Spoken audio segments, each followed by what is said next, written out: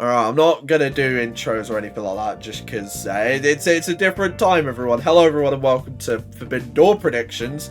I am joined by my guest at this time. I think it's technically the first time you've actually been in like a proper video, isn't it? Like, yep. I know you've done like talking random stuff like EWW videos and whatnot on punk rock, but yeah, this is the first time you're here. This is my mum, by the way. Hello. Be nice, you Saxon. Alright, like genuinely, just be nice.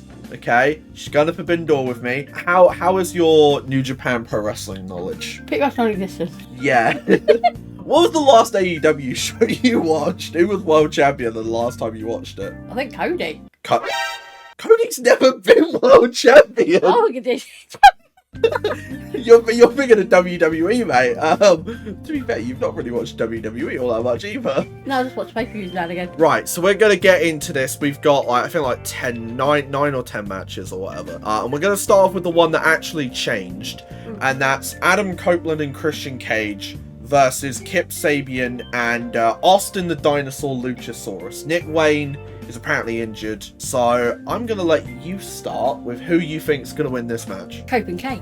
I mean, it makes the most... If the cards stay the same, my money would have been on Wayne and Sabian. But because of the change, unless she gets involved, I don't know she's even going to be in the bloody... That is her son, isn't it? Yeah. Well, and also she's kind of saying that, in a way, Kip Sabian's kind of her son as well, because... Yeah. They were the patriarchy with Christian, weren't they? But it's Cope, right? And yeah, don't get me wrong, I love Sabian. Oh yeah, no, fantastic. But I think the end goal, which we'll get onto when we get into the tag title match, which I think will be in a little bit. I think the end goal is Cope and Cage versus FTR for the tag titles. And I think Cope and Cage are winning the tag belts. I reckon they're going to retire champions. I would not be against that. But yeah, we both agree. Cope and Cage, getting it done. Next match for the TNT Championship, we got Kyle Fletcher versus probably one of the only New Japan wrestlers you actually know, because I won't shut up about him, Hiromu Takahashi. Yep, to the point that I think Takahashi's going to win. You know, it'd be sick if he won. Yeah. But my thing is that he has beaten Don Callis family member after Don Callis family member. Yeah. And Kyle Fletcher's just won the TNT title. Kyle Fletcher is like a household name. He is genuinely becoming one of the fastest rising stars, I think, at this current time. I don't see him losing the belt. It would be sick if Takahashi did win the TNT title, but if Kyle Fletcher was champion for longer. Yeah, he can still win it, but just win it by DQ, so he doesn't actually win the title, but he wins the match. Technically wins the match. If there's even a single DQ finish on this show, I am throwing my drink at Tony Khan. I'll find him. Fair enough. Right, now we've got Swerve Strickland, Kazuchika Okada for the AEW Unified Championship. Now, we've discussed this one at length. Okada. We both agree it's going to be Okada. Now, granted, technically, Okada has held this belt, technically, for about, I think it's like 500 and something days. Because, obviously, he unified it with, he unified the International and the Continental belt to make that. But he's technically only held this belt for about 4 weeks. So that's why I think as much as Swerve could win it and carry it, because I think they're trying to make it like a second world title type deal. I think Swerve's not the guy to take it from Okada. I think if Okada hangs on to it for long enough, they might rerun these two and then Swerve will win it. I think Mark Briscoe's going to be the guy to take it off of Okada. I think Briscoe wins the Continental Classic, beats Okada for this belt. And then Swerve could go on and eventually beat Briscoe. I would just put Swerve back in the actual world title picture, personally. But yeah, both saying Okada for that one. Ah, yes. The match that I've been manifesting for a whole year. You can attest to this. Yep. Ever since Nigel McGuinness showed up at All In last year. You woke me up marking out to it. No, that was in the middle of the day. That was when I drank half a bottle of Fireball. Yeah. With the boys. And got so, well, not drunk, but got so loud about Jamie Hayter coming back. We were already 4 shots down in the pre-show, by the way. Yeah. So loud for Jamie Hayter that the neighbours got annoyed. But anyway, Zack Sabre Jr., Nigel McGuinness, genuinely the only dream match I think I have left that's actually happening. There's no debate. As much as I would love for Nigel McGuinness to win the World Championship, which would be such a sick idea, it's Sabre Jr. Yeah. It's going to be a fantastic match. It's going to be match of the year, I reckon. Listen, either way, whatever one wins, you'll go a brick with the title on them. Yeah, and Daniel Garcia is probably going to turn heel on Nigel McGuinness. Most likely. Yeah, and then he's going to want to fight Sabre Jr. No, I think we're going to get McGuinness, Garcia at All Out, which I think is in like 3 or 4 weeks' time, or something like that. So this match, for the AEW World Championship, there's a small little bit of stipulation work here, because this was just announced last night. The title can change hands via DQ, the title can change hands via count out, and this isn't using his MJF's Casino Gauntlet contract anymore. Because he threatened to set Mark Briscoe on fire. And Hangman was like, I'm a good guy, so I'm not going to let that happen. But either way, Hangman's retaining. I think MJF's walking that champion again. Nah, because... No, you put those stipulations in my head. I think MJF's going to lie, seat and chips. Basically turn Andy Guerrero on his ass and walk out with that title. Right, so my thought process is, why would you give the world title to a guy who has another world title shot in his back pocket? Well, because you think you can lose this time, and then cash in maybe a little bit later down the line. I don't see MJF being the guy. How long's Hangman been champion as well? 4 weeks. Yeah, then Hangman's winning. Yeah, I don't like. He'll get it eventually off of him, but right now he's going to retain then. No, I think MJF is going to be world champion again. I just don't think he's going to be the one to defeat Hangman for it. I think something's going to happen. But either way, Hangman's retaining. Do you agree? Yeah. Now we get into the world tag title match. It's the Hurt Syndicate. They hurt people. FTR, one of them's bald and one of them has a gun.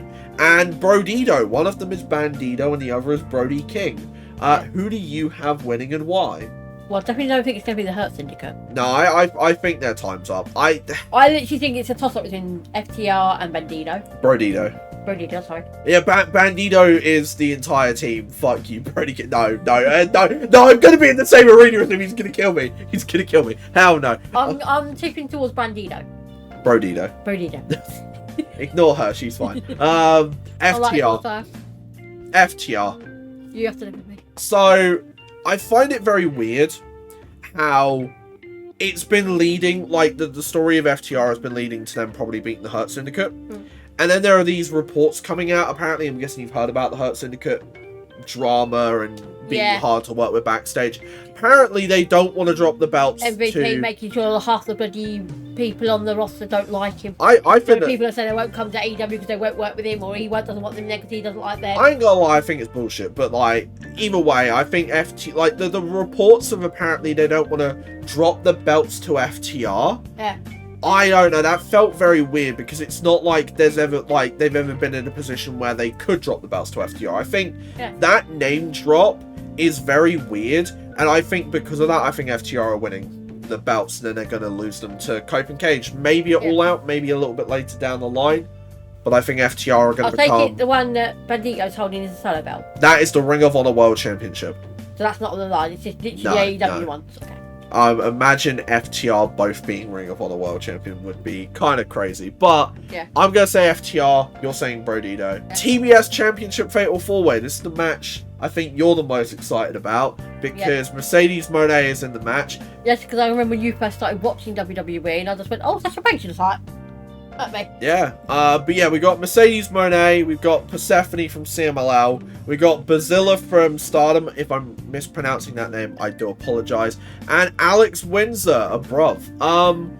See, I would really, really like Alex Windsor to win. I think she's been doing fantastic work, not just within AEW, but within the indies. Has basically been carrying the women's UK indie scene for quite some time. I say carrying, the women's scene in the UK is incredible, but Alex Windsor's one of the front runners for that. But it's going to be Mercedes Moné. If Mercedes don't retain, then Alex Windsor should walk out champ. Yeah, I just don't see them putting the belt on either a CMLL or a Stardom wrestler. At least not one of these two. Yeah.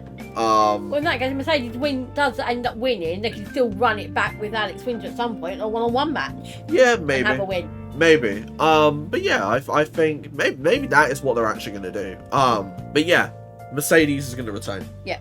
We got the lights out steel cage match. As we got the Death Riders, Gabe Kidd and the Young Bucks taking on Darby Allin, Hiroshi Tanahashi, Will Ospreay, Kenny Omega, and Kota Ibushi. Crazy how in the babyface team, the most healthy person. Which one of the rocks looks like he's dropped an acid? That's Matt Jackson. I thought it was. Yeah, he's going crazy. But yeah, it's crazy how... You know, like bloody faces you get on, like, theatres. The happy face and the sad face. But yeah, it's crazy how the babyface team, the healthiest dude on that team is Darby Allin. Yeah. Tanahashi's knees haven't worked since 2020, maybe even earlier. Ospreay's neck is ruined. Omega only has like half his intestines. But he can still go. And Kota Ibushi has a messed up shoulder. And Darby, well, he's just climbed Everest. But I really don't know who's going to... I think it's going to be the babyfaces that win. Yeah. Just because See, you agree. Yeah. Just because Tanahashi's on there. And I think he is about to teach Gabe Kidd a lesson of why you don't skip the G1 to be involved in an AEW angle. He is about to beat his ass. Yep.